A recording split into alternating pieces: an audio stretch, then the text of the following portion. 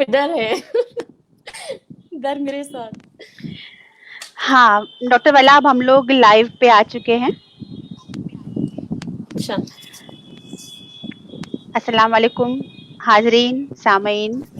تحریک بقائے اردو کے ہمارے اس ادبی پیج سے روز شام ہم سے جڑنے والے سبھی دوستوں کو ہم آج کی شام کا سلام کہتے ہیں. اور جیسا کہ پہلے سے اعلان شدہ جو بات تھی وہ اس کا اعلان میں پھر سے کرنے جا رہی ہوں. آج ہندوستان سے ہم سیدھے جڑ رہے ہیں مصر کی سرزمین سے جس کو ہم بولتے ہیں ایجپٹ. ڈاکٹر ولا آپ سے میں ایک ریکویسٹ کروں گی, اگر کہیں انٹرنیٹ ڈراپ کرتا ہے تو آپ واپس سے ان کر لیجیے گا جیسے آپ نے پہلے ان کیا تھا. تو میں کہہ رہی تھی کہ ہم لوگوں کے لیے جو ہم لوگ ہندوستان کے لوگ ہیں یا باقی دنیا کے لوگ ہیں ان کے لیے ایجپٹ ایک ایسا ملک ہے جہاں پہ دنیا کا عجوبہ ہے پیرامڈ. اور ہم اس ملک سے بہت محبت کرتے ہیں اور ہم کو معلوم ہے کہ جو دنیا کی جو لیونگ کلچر ہمارے آج بھی ہیں, آج بھی جو زندہ ہیں تہذیبیں, ان میں مصر کی تہذیب سب سے اعلیٰ ہے مانی جاتی ہے ہندوستان کے ساتھ ساتھ. تو بہت بہت آپ کا ویلکم, خوش آمدید تحریک بقائے اردو کے اس پیج بہت پہ. شکریہ آپ کا. میں آپ کو بتا دوں کہ بہت ڈاکٹر شکریہ. ولا جمال ایسوسی ایٹ پروفیسر ہیں اردو کی, اور آپ نے بہت کام کیا ہے مصر کی سرزمین پہ رہ کے, جبکہ آپ مصر سے ہیں, آپ ایجپشین ہیں, آپ ایجپٹ سے ہیں, لیکن اور آپ کی مادری زبان عربی ہے, اور آپ نے اردو کے لیے یہ بہت اچھی کچھ کیا ہے. اور صحیح معنی میں بہت خوبصورت طریقے سے ہم یہ کہہ سکتے ہیں کہ جو تحریک کا مقصد ہے کہ میرا پیغام محبت ہے جہاں تک پہنچے, تو اس محبت کے جو قاصد ہیں پوری دنیا میں ڈاکٹر ولا جمال ان میں سے ایک ہیں جو پوری دنیا میں جی ہماری اس پیغام کو پہنچا رہی ہیں, فی الحال ایجپٹ میں, مصر میں. اور جیسا کہ ہم نے کہا کہ ہمارے لیے مصر وہ ملک ہے جہاں دنیا کا عجوبہ ہے ہمارے لیے, اور ہم آپ کا بہت تہہ دل سے استقبال کرتے ہیں. اور بہت شکریہ. ظفر گورکھپوری ایوارڈ سے آپ نوازی گئی ہیں برائے حوصلہ افزائی. آپ نے اردو کے استاد اور ناول نگار غضنفر صاحب کا ناول مانجھی کا اردو سے عربی میں ترجمہ کیا ہے. اس کے علاوہ آپ افسانہ نگار ہیں, شاعرہ ہیں, ناول نگار ہیں, مضامین لکھتی ہیں, اور بہت سارے کام کیے ہیں آپ نے جناب فہیم اختر صاحب کے افسانوں کا ترجمہ کیا ہے جو بہت جلدی منظر عام پر آئے گا. اور آپ کی اپنی نظموں کا مجموعہ ممبئی سے شائع ہوا تھا 2019 میں, پچھلے ہی برس, سمندر ہے درمیاں. جی تو بہت ہی خوبصورت شام, کیونکہ ہمارے ساتھ بہت ہی خوبصورت شاعرہ اور بہت ہی خوبصورت انسان مصر کا جسے جی کہتے ہیں جادو ہمارے سامنے ہے. اور ہمارا آج کا شام کا جو موضوع ہے وہ مصر میں اردو کی صورتحال ہے زبان اور ادب کے حوالے سے. تو سب سے پہلے میں پہلا سوال کروں گی ڈاکٹر ولا جمال صاحبہ سے کہ اپنی ابتدائی تعلیم, ابتدائی پرورش, اپنا فیملی بیک گراؤنڈ, اس کے بارے میں ہمیں کچھ بتائیں. جی سب کو میرا سلام, میرا ادب. سب سے پہلے میں تحریک بقائے اردو کے ذمہ داروں کا شکریہ ادا کرنا چاہتی ہوں جنہوں نے مجھے دعوت دی, اور جی تمام ناظرین کی میں تہ دل سے ممنون ہوں. اور یہ بات قابل تعریف ہے کہ بہت منظم طریقے سے تحریک بقائے اردو کی جانب سے ایک انٹرویو کے تحت اردو کے اساتذہ, اردو کے ادیبوں کو ناظرین کو کے روبرو کرا رہی ہے تاکہ ناظرین ان سے واقف ہے. یہ تعریف جی کے قابل ہے. اور سب سے پہلے میں اپنے بارے میں کچھ بتاؤں گی اور اردو جی کیسے میں نے سیکھی. جی میں عربی نسل ہوں, اور ولادت کے اعتبار سے اور تعلیم کے اعتبار سے مصری ہوں. میری مادری زبان عربی ہے, اور اردو عربی زبان اکتسابی زبان ہے. اپنی تعلیم کے آغاز میں اپنی والد گرامی کی خواہش کو پورا کرنے کے لیے میڈیکل فیکلٹی میں داخلے کی خواہش مند تھی, لیکن ارے واہ میں اس وقت میڈیکل میں داخلے کے لیے مطلوبہ نمبر حاصل نہ کر سکی. جی اور سیکنڈری میں نمبروں کی وجہ سے میں نے فیکلٹی آف آرٹس میں داخلہ لیا. اور میری دلچسپی بچپن سے تھی, ہندی فلمیں دیکھتی تھی اور ہندی گانے واہ سننے میں بھی لطف اندوز ہوتی تھی, اور اب تک ہوں. ہوں ہاں ہاں ہاں اور یہ میری خوش نصیبی ہے کہ عین شمس یونیورسٹی فیکلٹی آف آرٹس میں نے شعبہ اردو میں داخلہ لیا, اور 4 سال میں نے اردو زبان پڑھی. اور جب میں نے فراغت حاصل کی تو مجھے پہلی پوزیشن حاصل ہوئی شعبہ اردو میں. میری تقرری ہوئی 2004 میں, جی اور میں نے اردو زبان و ادب کے ساتھ اپنے سفر کا آغاز کیا. اور میں نے اردو زبان و ادب میں MA اور PhD کی ڈگری حاصل کی بھی. جی MA تو ایک مقالہ بعنوان سر سید احمد خان کے اخلاقی و اصلاحی مضامین, ایک تنقیدی مطالعہ 2009 میں یہ میرا مقالہ تھا.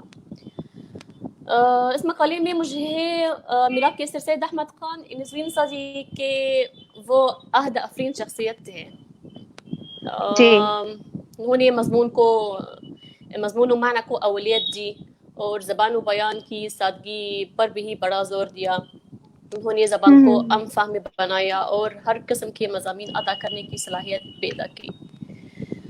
اور سر سید سے پہلے مضمون نگاری کا خاص وجود نہ تھا, یہ جو مجھے ملا اپنے مقالے میں. اور PhD تو ایک مقالہ بعنوان فہمید ریاض کی شاعری 2013 میں. اس مقالے بھی مجھے ملا کہ ان کی شاعری میں دور امریہ کے خلاف بغاوت اور احتجاج ہے, خاص طور پر ان کی مجموعی کلام کیا تم پورا چند دن نہ دکھوں گے. فہمید ریاض جرأت مندانہ کے ساتھ عوامی انقلاب کی دعوت دی گئی, اور فہمید ریاض کی عورت دوسرے کے وجود کا سایہ نہیں بلکہ مکمل شخصیت کے طور پر ابھرتی ہے. اور یہ جو بھی مجھے ملا ڈاکٹریٹ کے بعد, اور پھر ڈاکٹریٹ کے بعد شعبہ اردو میں ایک لیکچرر بن گئی. اور اس کے بعد 2015 اور 2019 کے درمیان میں نے 6 مقالے لکھے. الحمدللہ میری ترقی ہوئی اور اچھے مقالے اردو ادب کے حوالے سے. اور وہ ہے منیر نیازی کی شاعری میں بے گانگی, یہ پہلا مقالہ. دوسرا دلاور فگار کی طنزیہ شاعری, اور تیسرا مقالہ اردو اور عربی میں حسینی شاعری. چوتھا مقالہ علامہ اقبال کی شاعری میں فطرت, اور 5واں مقالہ اردو شاعری میں قومیت اور وطنیت کے تصورات. اور آخری مقالہ غضنفر کے ناول مانجی میں عصر حاضر کے مسائل, جو میں نے ترجمہ کیا عربی میں اردو سے. اب میں اسوسائٹ پروفیسر ہوں اردو کی, اور تدریس کی خدمات سر انجام دے رہی ہوں. اردو میں شاعری لکھتی ہوں, مضامین لکھتی ہوں, اس کے علاوہ اردو پڑھاتی ہوں مصر میں, اور کوشش کر رہی ہوں کہ اپنے مضامین میں اپنے ملک کی ثقافت اردو زبان میں پروموٹ کروں تاکہ لوگوں تک پہنچائے اور ان کو ایک نیا کلچر, ایک نئی دنیا دکھائے.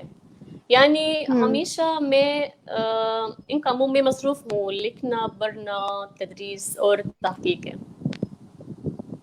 کیا بات اور ہے, کیا اگر بات ہے. ترجمہ کے بارے میں آپ نے ذکر کیا کہ میں غضنفر کے ناول کا ترجمہ کیا, اور اس کے ساتھ فہیم اختر صاحب جو لندن میں مقیم ہیں, ان کے افسانے کے مجموعے کا عربی میں ترجمہ کیا بھی, اور یہ کتاب اب زیر اشاعت. بعد عربی شعراء جیسے نزار قبانی, فاروق جویدہ کی عربی شاعری بھی کو میں نے اردو کا خوبصورت جامہ پہنایا ہے, اور میں نے MA اور PhD میں پروموشن کے ساتھ کہ 6 مقالوں میں بھی بہت اقتباسات ترجمہ کیے اردو میں. بہت خوب, بہت ہی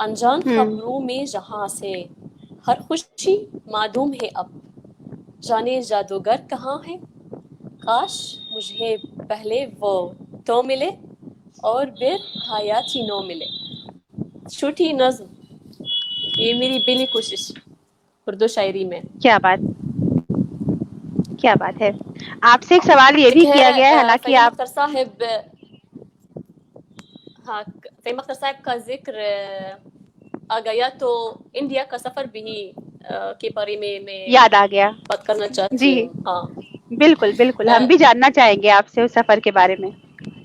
جی دیکھیے، ایک سال پہلے یا دو سال قبل میں ایک عالمی کانفرنس میں شرکت کی غرض سے انڈیا گئی تھی، جی جہاں میں نے 2 بین الاقوامی کانفرنس میں شرکت کی، اور کانفرنس کا پہلا حصہ دلی میں اور دوسرا کولکتہ میں. پھر اردو زبان کے بہت سے لوگوں سے میری ملاقات ہوئی. اسی طرح وہاں کچھ دوست ایسے ملے جن کی احسانات سے میں گراں بار ہوں، اور وہاں مجھے یہ احساس نہیں ہوا کہ میں مصر کی باہر ہوں. پھر دوسری بار 7 مہینے قبل انڈیا ایک اور بار گئی تھی اور بنگلہ دیش بھی گئی. ڈھاکہ میں ایک کانفرنس میں شرکت کرنے کے لیے گئی، اور اس کے بعد فہیم اختر صاحب سے مجھے دعوت ملی. کولکتہ میں ایک استقبالیہ انہوں نے کیا میرے لیے، اور وہاں فہیم اختر صاحب کے جناب کلکتہ سے ممبئی سے گئی ایک کانفرنس بھی وہاں جناب جیس گورکھپوری صاحب کی جانب سے بھی مجھے دعوت ملی. اور میری خوش نصیبی ہے کہ وہاں ایک سرپرائز تھا کہ ممبئی میں میری کتاب کا اجرا اردو انگن ممبئی کے زیر اہتمام ہوا تھا، اور وہاں بھی مجھے ظفر گورکھپوری ایوارڈ برائے حوصلہ افزائی ملا ہے ممبئی میں، اور یہ ایوارڈ میرے لیے نہایت اعزاز اور خوشی کی بات ہے. جناب امتیاز گورکھپوری اور فہیم اختر صاحب کا شکریہ ادا کرنا چاہتی ہوں. جی اب وہ آپ کو دیکھ بھی رہے ہیں اور انہوں نے آپ کو کافی جسے کہتے ہیں دعائیں اور تعریف آپ کے لیے بھیجی ہیں. جناب مشتاق صدیقی صاحب دیکھ رہے ہیں، جناب امتیاز گورکھپوری صاحب دیکھ رہے ہیں. اور میں آپ سے جو میں اگلا سوال کروں گی، بیچ میں آپ نے اس کا جواب دیا ہے بہت مختصر میں، لیکن آپ سے الگ سے ایک سوال پوچھا گیا ہے کہ آپ نے اردو کا سفر شروع کیسے کیا؟ آپ کی مادری زبان جب عربی تھی تو آپ نے عربی چھوڑ کر اردو کی طرف آنے کا فیصلہ کیسے کیا اور سیکھی کیسے اردو؟ یہ ایک سوال آیا تھا، میں اس کو آپ سے پوچھ رہی ہوں. اچھا دیکھیے، جیسے میں نے کہا کہ میں نے فیکلٹی آف آرٹس میں نے داخلہ لیا، اور وہاں میں اردو شعبے میں داخلہ لیا، تو میں نہیں جانتی کہ اردو زبان کیا ہے. اور دیکھیے یہاں لوگ بھی نہیں جانتے اردو زبان کے ہے، عام لوگ نہیں جانتے ہیں. اور ابتدا میں نے کچھ جھجک محسوس کیا، کیونکہ اردو زبان مصر میں زیادہ مانوس نہیں تھی، اور اس کی نام کی وجہ سے بہت کم افراد اس کو جانتے ہیں. اور دوسری زبانوں کی طرح یہ کسی قوم یا کسی خطے یا قطعی ارض کی طرف منسوب نہیں. لیکن دیکھیں ہم ہندوستان کی طرف نسبت کی وجہ سے ہندی زبان کو جانتے ہیں، لیکن اردو کیا ہے؟ یہ ہمیشہ یہ سوال لوگ مجھ سے پوچھتے تھے، کیا اردو کیا ہے؟ تو پڑھائی کے دوران مجھے پتہ چلا کہ ہندی اور اردو ایک ہی سکے کے 2 پہلو ہیں. مطلب قواعد کی سطح پر ان دونوں میں زیادہ فرق نہیں ہے، فرق صرف مفردات اور رسم الخط میں ہے. دیکھیں میرے تجربے سے اردو کے ساتھ اردو سیکھنا آسان نہیں. کچھ الفاظ جو اردو میں ہمارے لیے ایک مشکل تو ہے، جیسے انگریزی میں پا اس طرح، اور پہاڑا ٹا ڈا اس طرح کچھ حروف اور الفاظ بہت مشکل ہے، آسان نہیں ہے. اور بھی عربی زبان جو میری مادری زبان میں 28 حروف ہے، لیکن اردو میں نے دیکھا کہ اردو میں تمام دنیا کی حروف حاوی ہے، مطلب تقریباً 52 تک حروف حاوی ہے. اس لیے ہمارے ہاں طالب علم بہت محنت کرتے ہیں تاکہ تلفظ صحیح ہو، جیسے میں نے کیا اور کر رہی بھی. کچھ اساتذہ بھی محنت کرتے ہیں تلفظ ٹھیک کرنے کے لیے. وہ اکثر طلبہ سے ویڈیوز شیئر کرتے ہیں سوشل میڈیا سے تاکہ تلفظ صحیح ہے. یہ میرا تجربہ ہے اردو کے ساتھ. اور ماشاء اللہ آپ کا تلفظ بہت ہی خوبصورت ہے اور سارے لوگ آپ کے لب و لہجے کی تعریف یہ کر رہے میرے ہیں لب و لہجے کی. اور اگر تلفظ کچھ صحیح ہے تو یہ میرے دوستوں کی وجہ سے جو میری ملاقات ہوئی ان سے انڈیا میں، جیسے فہیم اختر صاحب، امتیاز گورکھپوری صاحب، سب میرے دوست ہیں، میرے اچھے دوست ہیں. بالکل. ایک سوال میں کروں گی. آپ نے بہت بڑا کام کیا کیونکہ ہم لوگ یہ جانتے ہیں کہ ادب تبھی آگے بڑھتا ہے اور ایک دنیا کا سرمایہ بنتا ہے جب وہ پوری دنیا میں پہنچے. ایک زبان کا، ایک مذہب کا، ایک قوم کا، ایک ملک کا اگر ادب ایک ہی جگہ پہ رہ جائے تو شاید ہم ایک دوسرے سے جڑ نہیں پائیں گے. آج میں ہندوستان سے، آپ مصر سے جڑے ہوئے ہیں، اس میں زبان اور ادب کا بہت بڑا ہاتھ ہے. تو ادب کو دو ادب کے بیچ میں ایک پل بن جانا ایک بہت بڑی بات ہوتی ہے، جس کو ہمارے ترجمہ کرنے والے جو ادیب ہیں وہ یہ پل بناتے ہیں اور اس کو بہت مضبوط کرتے ہیں دو زبان کے بیچ کے رشتوں کو. آپ نے ایک بڑا کام کیا کہ جی جناب فہیم اختر صاحب کا جو افسانوں کا ترجمہ آپ نے کیا اردو سے عربی میں. تو یہ پورا کا پورا سلسلہ کیسے شروع ہوا، کیسے آپ نے یہ سوچا، آپ کو یہ خیال کیسے آیا، کیا کیا مشکلات آپ کو آئیں اردو سے عربی کرنے میں اس پوری کتاب کو، یہ ہم جاننا چاہیں گے آپ سے. ٹھیک ہے. ترجمہ آسان کام نہیں، لیکن بالکل. اردو زبان ثقافتی یا تاریخی اعتبار سے بہت عظیم زبان ہے اور سارے جہاں میں دھوم اردو کی ہے، جو کہ ایک عالمی جی زبان ہے. عالمی اردو بالکل. ادب میں بہت بڑا مقام ہے. تو اردو میں صلاحیتیں بدرجہ تم موجود ہے. سب سے بہترین مثال کہ دوسری زبانوں کے الفاظ کو میں اگر بالکل اردو کے ہو جاتے ہیں، عربی سے، انگریزی سے، ہر زبان سے، تو اردو کے الفاظ بن گئے. ہاں. اسی لیے ترجمہ بہت اہم کام ہے اور مطلب یہ ہمارا کام ہے. اگر ہم اردو جانتے ہیں تو ہمیں ترجمہ کرنا عربی سے اردو میں، تاکہ کرنا لوگ چاہیے. جانتے بالکل. ہیں. ہاں بالکل. اور بس یہ کام بہت ضروری ہے. میرے خیال میں ترجمہ بہت اہم بہت کام ہے. ضروری کام ہے. بہت. بالکل. ہاں ہاں ہاں.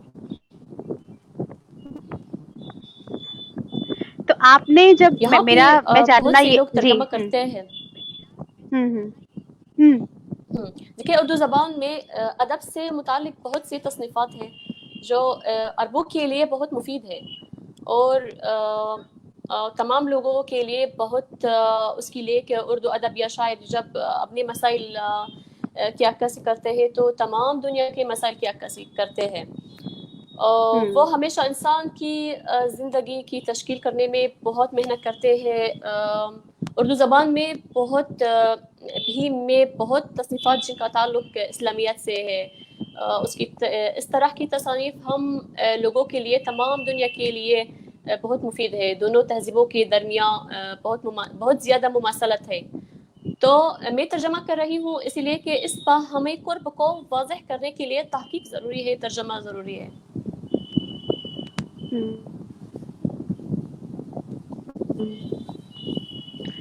تو آپ کو کتنا وقت لگا اس پورے کتاب کو ایک پوری شکل میں لانے کے لیے؟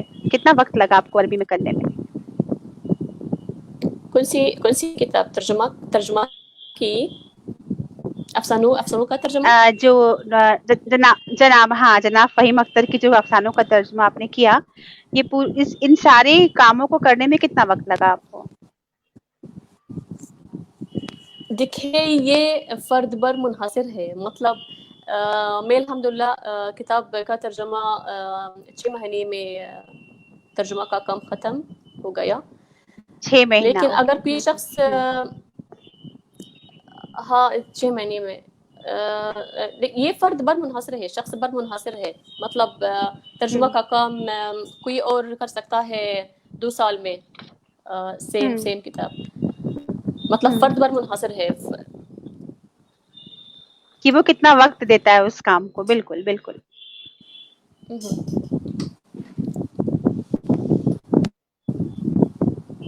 جی ڈاکٹر ولا جمال صاحبہ, فرمائشیں آ رہی ہیں آپ سے غزلیں سننے کی اور نظمیں سننے کی.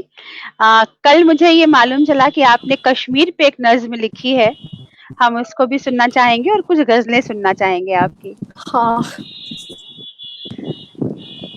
ٹھیک ہے ضرور. کشمیر کے بارے میں نے ایک نظم لکھی اور میں جانتی ہوں کہ عارف صاحب نے آپ کو بتایا کہ میں نے کشمیر کے بارے میں ایک نظم لکھی. جی میں بننا جی نہیں چاہتی بالکل تھی بالکل. لیکن ہاں. بتا نہیں کیونکہ ایک لوگ ناظم ناراض کے ہوں طور پہ گے مجھ سے یا نہیں, ناظم کے طور لیکن پہ کچھ چھوٹ نہ جائے یہ اس لیے مجھ کو پہلے سے جان کے رکھنا پڑتا ہے. تو یہ ضروری ہے. پھر کچھ غزلیں بھی سننے کی فرمائش آ رہی ہے, ہم غزلیں بھی سننا چاہیں گے. پہلے نظم یا غزلیں جو آپ چاہتے ہیں.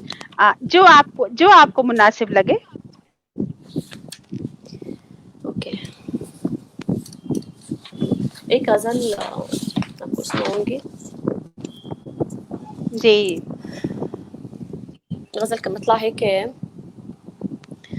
نہ کر غرور اگر تو کمال رکھتا ہے. نہ کر واہ, غرور اگر تو تو کمال کمال رکھتا رکھتا ہے. ہے کہ ہر عروج یہاں پر زوال رکھتا ہے. نہ کر واہ, غرور اگر تو کمال رکھتا ہے کہ ہر عروج یہاں پر زوال رکھتا ہے. زوال رکھتا ہے. خدا ہی جانے میں آئی ہوں کیسے گلشن میں, یہاں تو خار بھی حسن و جمال رکھتا ہے. واہ کیا بات ہے. ہر ایک زخم پہ میرے نمک چھڑکتا ہے. وہ دوست میرا بہت ہی خیال رکھتا ہے. واہ تمام رشتوں کو توڑا نہیں ابھی, تمام رشتوں کو توڑا نہیں ابھی اس نے, خفا آہا خفا ہے مگر بھول چال رکھتا ہے. کیا بات ہے. ایک بار لبوں پہ اس پھر کی شکایت نہیں. ڈاکٹر صاحب یہ والا آپ شعر پھر سے تمام رشتوں والا وہ بہت ہی خوبصورت شعر ہے, میں سننا چاہتی ہوں. مطلب ہمارے سبھی تمام سامعین رشتوں سننا کو چاہیں گے. ہاں ہاں تمام رشتوں کو توڑا نہیں ابھی اس نے, نہیں اس نے خفا خفا ہے مگر بھول چال رکھتا ہے. کیا بات ہے. واہ واہ. جیسے ہم سب اس طرح کرتے ہیں. ہم سب اس لبوں طرح پہ کرتے ہیں تبھی اس تو. کے لبوں پہ اس کے شکایت نہیں ہے کوئی, مگر نظر میں ہزاروں سوال رکھتا ہے. واہ واہ کیا یہ بات ہے. ایک غزل. بہت کیا شکریہ. بات ہے. بہت خوبصورت. اور اور عرفان عارف صاحب کی خاطر میں کشمیر کی نظم پڑھوں گی. انہوں نے بولا ہے, انہوں نے یہ تحریک کی طرف سے بولا ہے کہ یہ آپ کا ایک تحفہ ہوگا تحریک بقائے اردو کے لیے, آپ کی یہ نظم. اوکے اوکے بھروں جی گی ابھی. تحریک بقائے اردو کی خاطر. ہاں بالکل, ہم آپ کے ممنون ہوں گے. امید ہے آپ کو پسند آئے. بالکل بالکل آئے گی بے شک. انشاءاللہ. نہیں آنے کا کوئی سوال ہی نہیں اٹھتا.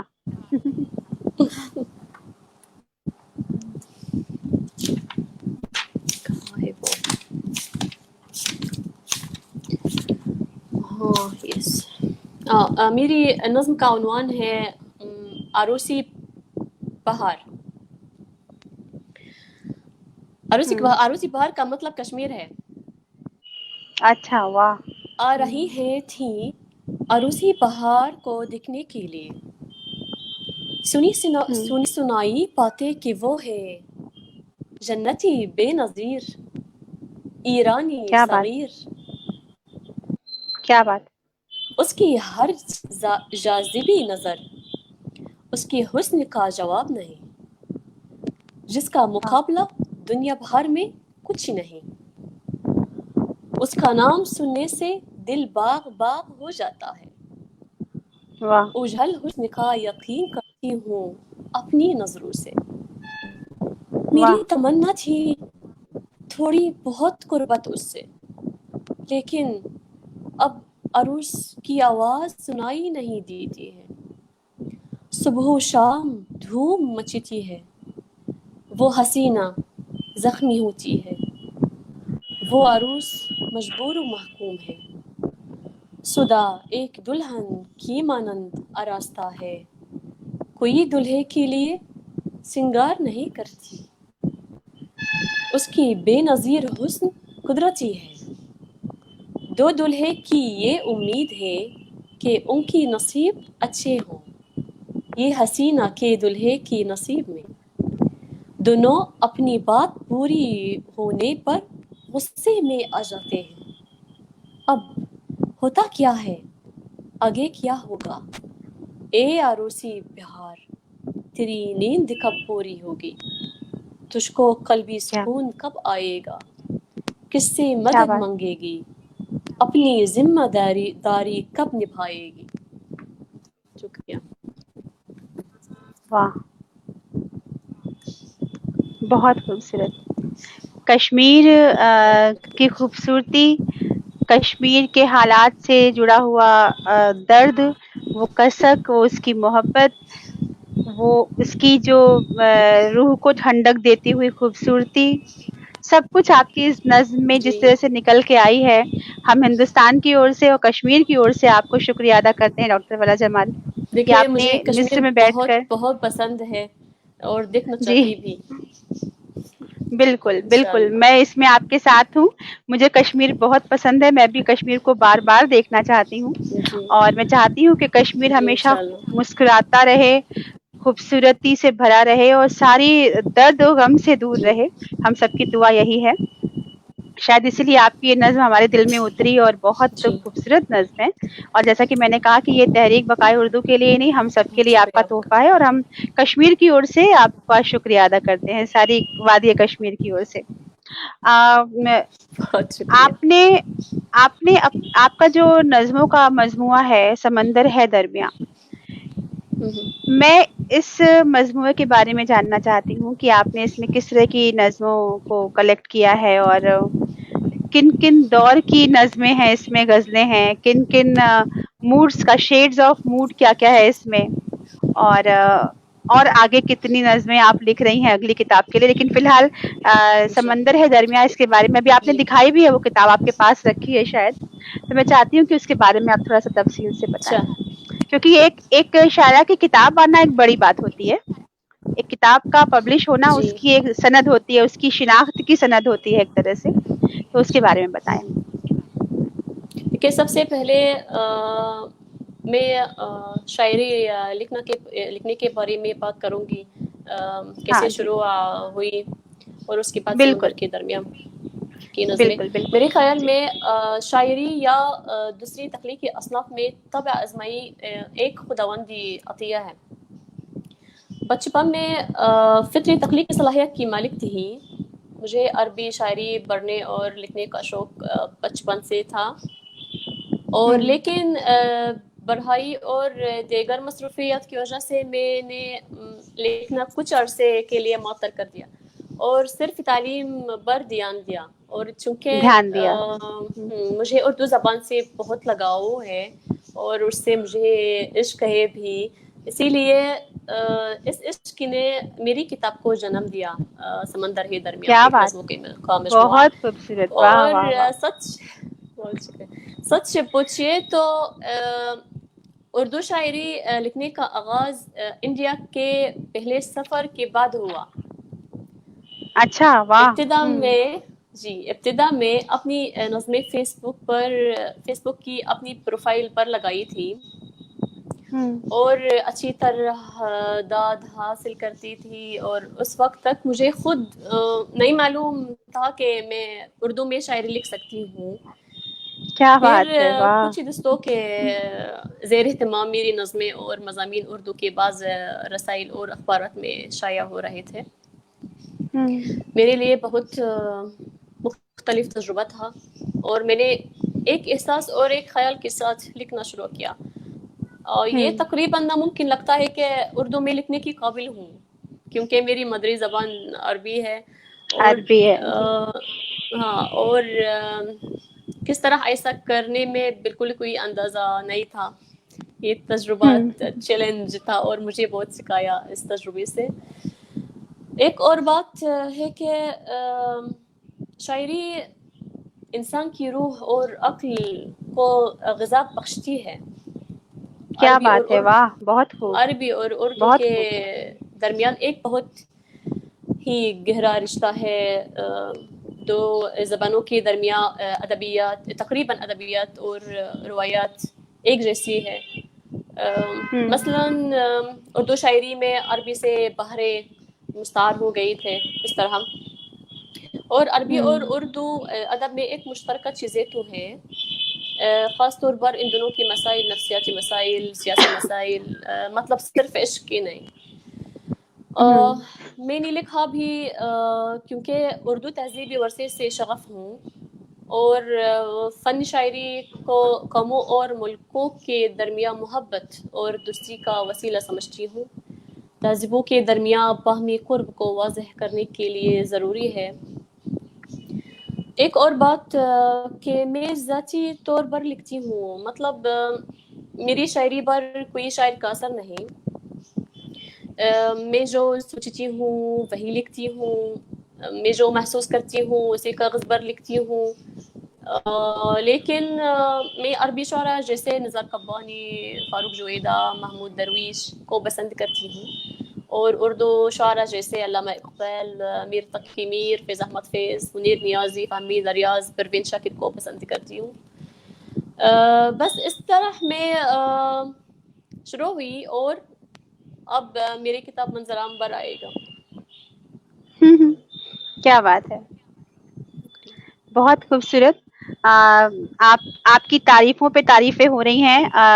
جناب مشتاق صدیقی، جناب فردوس صوفی ناز صاحب، جناب صغیر قریشی، محترمہ طاہرہ قریشی،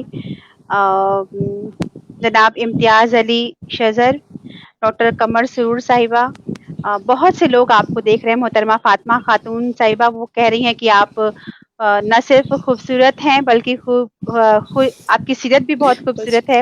آپ بہت ہی جسے کہتے ہیں نا کہ ایک آئیڈیل پرسنالٹی جو ہوتی ہے لکھنے میں، پڑھنے میں، ہر طریقے سے. اور مجھے جاوید اختر کا ایک شعر یاد آ رہا ہے جو میں آپ کی نظر کرنا چاہتی ہوں، اگر میری آواز آپ تک پہنچ رہی ہے. ٹھیک ٹھیک. جناب جاوید اختر صاحب کا شعر ہے کہ خوش شکل بھی ہے وہ یہ الگ بات ہے مگر، خوش شکل بھی ہے وہ یہ الگ بات ہے مگر، ہم کو ذہین لوگ ہمیشہ پسند تھے.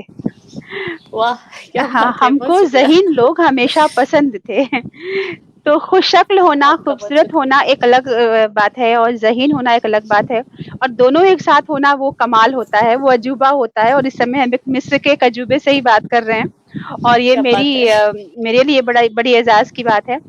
میرے لیے ڈاکٹر بھی سچ. ولا جمال سے کل جب میری بات ہو رہی تھی تو انہوں نے کہا کہ یہ کسی میڈیا پر ان کا پہلا انٹرویو ہوگا. میں نے کہا یہ جی ہمارے لیے اعزاز کی بات ہے، اور بالخصوص میرے لیے بہت خاص بات ہوگی. اور میں ایک بات پرسنلی آپ سے کہنا چاہتی ہوں ڈاکٹر ولا جمال، میں آپ کو سمجھ پا رہی ہوں اور بہت آپ سے خود کو جوڑ کے دیکھ پا رہی ہوں، کیونکہ کہیں نہ کہیں ہم اچھا. دونوں ایک ہی ناو کے سوار ہیں. آپ کی مادری زبان عربی ہے، میری مادری زبان ہندی ہے، اور ہم دونوں اردو سے ہی عشق فرماتے ہیں، اردو اچھا، سیکھنے کی کوشش کرتے ہیں. اور لگتا ہے کہیں نہ کہیں کہ اردو بول کے، یہ سیکھ کے، حسن لکھ کے، اتفاق اندر ہے، سے جو حسن اتفاق ہے. ہاں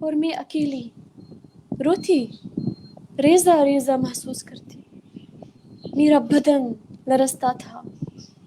مجھے یوں محسوس ہو رہا تھا کہ موسمی سرما کی شدید ٹھنڈ میں میرا برہنہ جسم کانپ رہا.